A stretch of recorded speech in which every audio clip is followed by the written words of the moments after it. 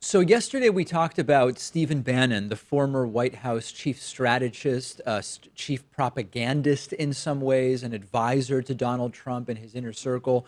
Bannon was subpoenaed by Robert Mueller's special investigation, as well as by a House Intelligence Committee. And Bannon, in that 10-hour marathon interview with the House Intelligence Committee, refused to answer a whole bunch of different questions. And after the 10 hours of interviewing, some of the Democrats on the panel came out and said, yeah, we were frustrated with him. He was just not answering a lot of our questions. And I proposed yesterday, when doing that story, that in some way Bannon had been influenced by the White House to be quiet on a number of issues. And I was sort of wrong. The White House hadn't gotten to him past tense.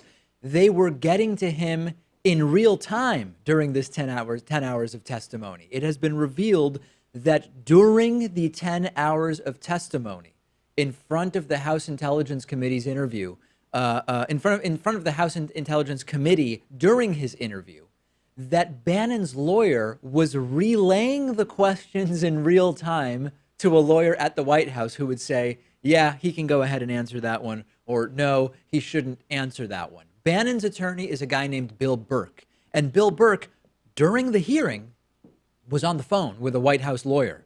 And the White House lawyer would decide whether Bannon would or would not answer any particular question. And the White House told him, not shockingly, not to answer any questions related to his work on the Trump transition team and not to answer any questions related to his work in the Trump White House, which is basically the reason he's there, because he was on the transition team and he was working on at the White House. I guess conceivably it was okay to ask about Bannon's involvement and knowledge of the Trump organization, campaign, call it what you will, during the campaign piece, and not once he had been elected, and certainly not once he had been inaugurated.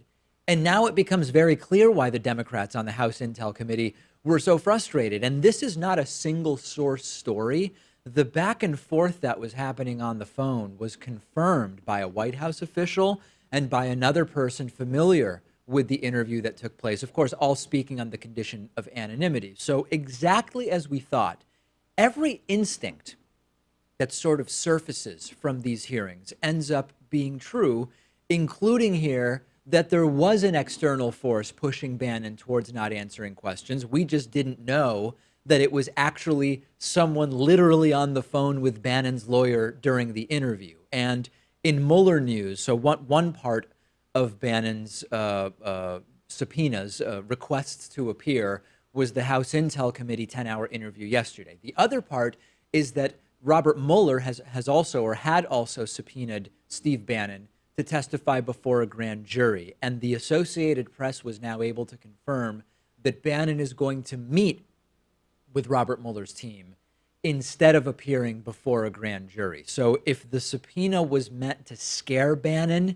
into agreeing to meet behind closed doors, then it worked.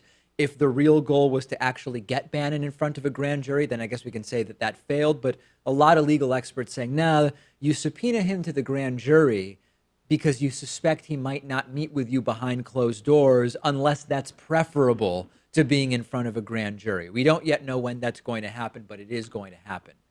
There's a case to be made here that the White House and their continued effort to exert influence over the investigation is part of the pattern of obstruction of justice that's being investigated. Or to put it another way, the White House is doing whatever it can to obstruct an investigation into whether they obstructed justice previously, or at least partially into whether Donald Trump may have obstructed justice. So long story short, nothing surprising, and we're going to have to wait and see what happens in that Mueller meeting and what eventually comes of that meeting as well. But I think that if anything is becoming increasingly clear, or to put it a different way, because maybe it's not becoming clear to people like Bannon or Trump, what's becoming an increasingly common signal from Robert Mueller is that lying to him and his investigators is not going to be tolerated. And hopefully people like Bannon will eventually figure that out. Today's episode of The David Pakman Show is made possible in part by Brilliant, which is a tremendous online service that allows you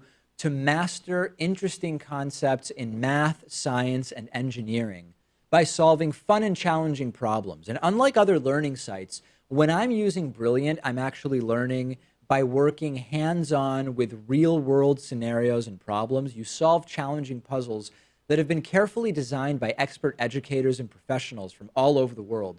And they don't go too fast or too slow. They take you step by step through the topics that you're interested in at your own pace.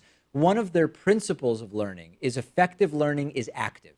And this makes a lot of sense to me. We all learn lots of new things in passive ways, watching videos on YouTube, for example, which is great. I do it all the time. But that can only take you so far, and that's where Brilliant comes in.